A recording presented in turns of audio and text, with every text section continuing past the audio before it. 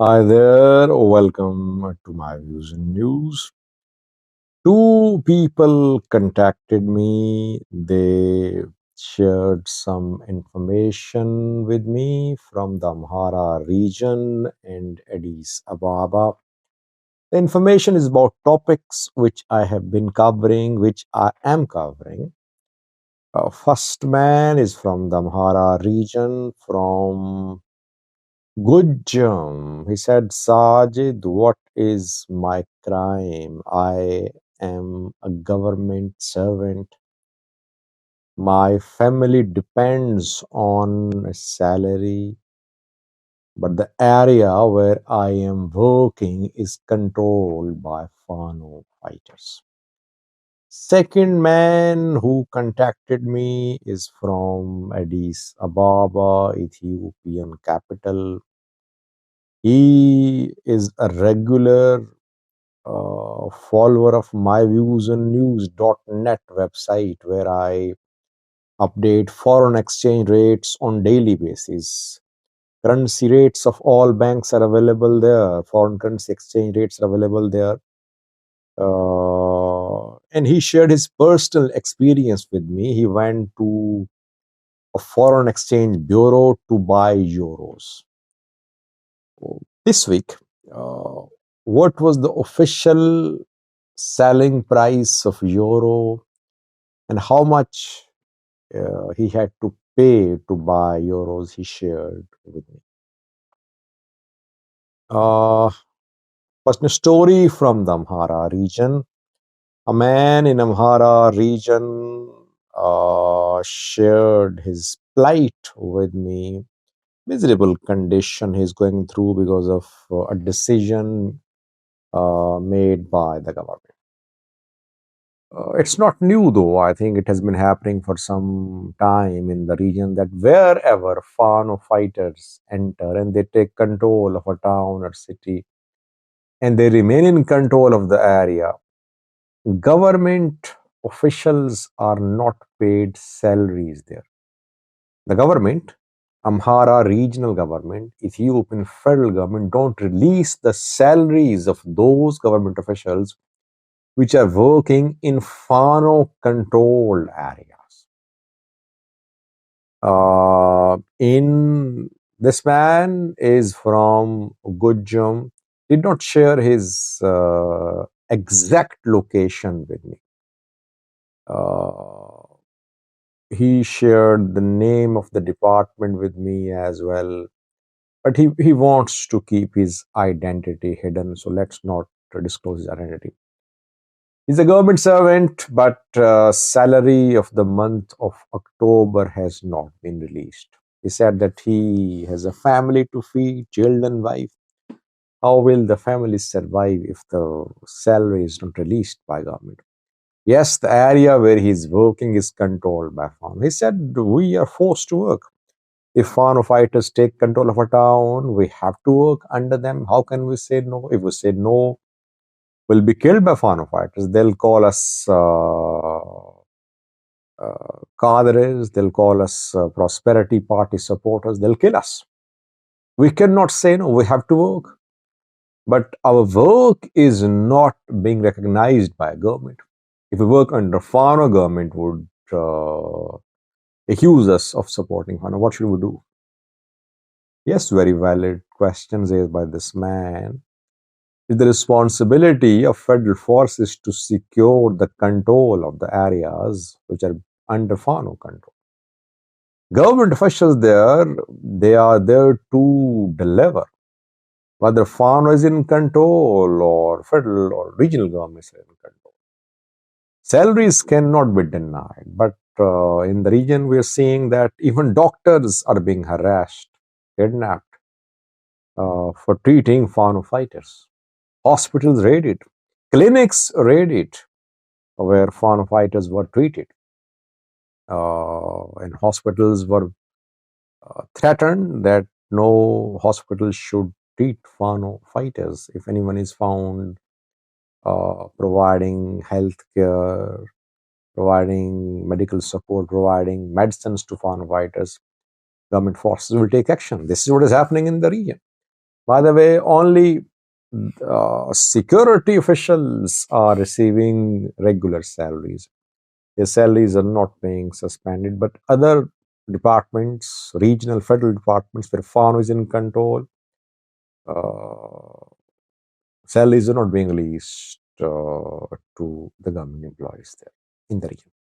Secondly, viewers, second story is about a man who contacted me from Addis Ababa, Ethiopian. He keeps himself updated with myvisionnews.net website where I upload and update daily foreign exchange rates of all the banks, including Commercial Bank of Ethiopia. I update prices of gold, prices of foreign currency in black market too. I upload there on daily basis. He said, Sajid, the official, he wanted to buy euros. He's in Addis Ababa. He went to a foreign exchange bureau situated close to Ethiopian hotel.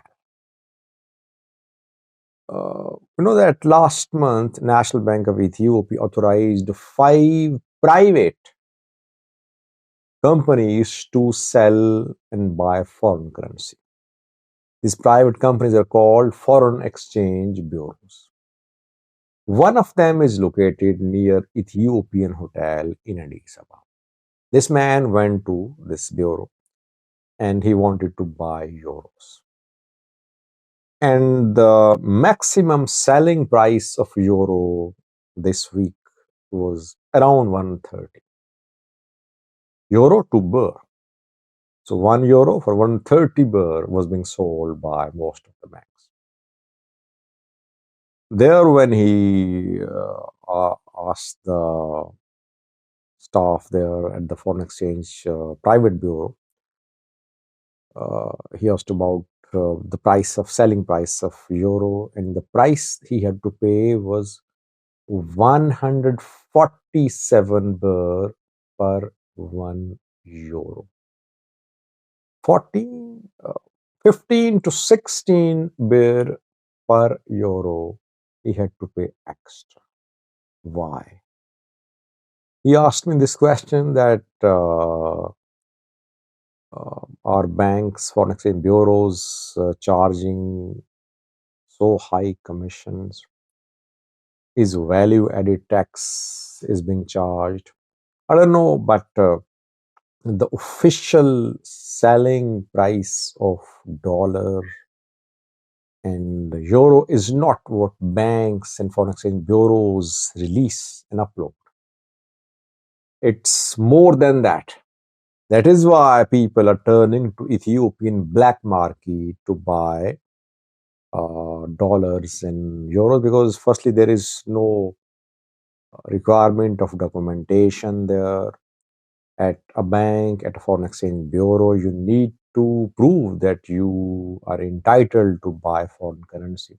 There are limits to, sometimes you have to submit documents as well. And then you pay more than you pay in black market if you buy euros or dollars there. And there you don't have to go through the formalities, you don't have to submit documents. That is why the open foreign exchange black market is still flourishing. Yes, the gap between the open market, official market, and black market is narrowing, but black market is flourishing. The dollars which are being received by the Ethiopian government from abroad, by IMF and World Bank, if uh, the supply of dollars stops, which will stop, by the way, uh, after Ethiopia has received all the installments. If it stopped, what will happen after that? This next year, I think, is crucial, but 2026 is going to be the deciding year for Ethiopian economy.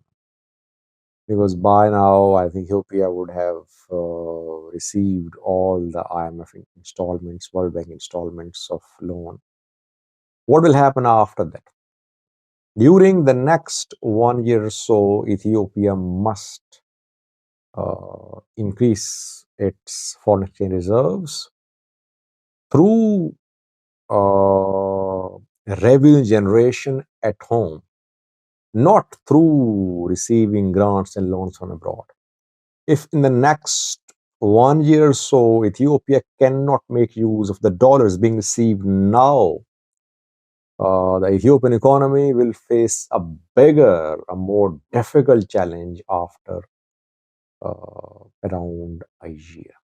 I think the banks, foreign exchange bureaus should release those selling prices of foreign currency which they actually charge. No matter how much the commission is, no matter how much the value added tax is, but they should actually add that commission or VAT to the rates which they release on daily basis.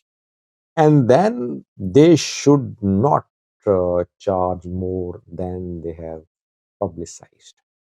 This is what National Bank of Ethiopia should ensure. National Bank of Ethiopia is the regulator of Ethiopian banking sector, but I think National Bank is making decisions very late. It made the decision of imposing a restriction of difference between buying and selling price of foreign currency, that it should not exceed 2%.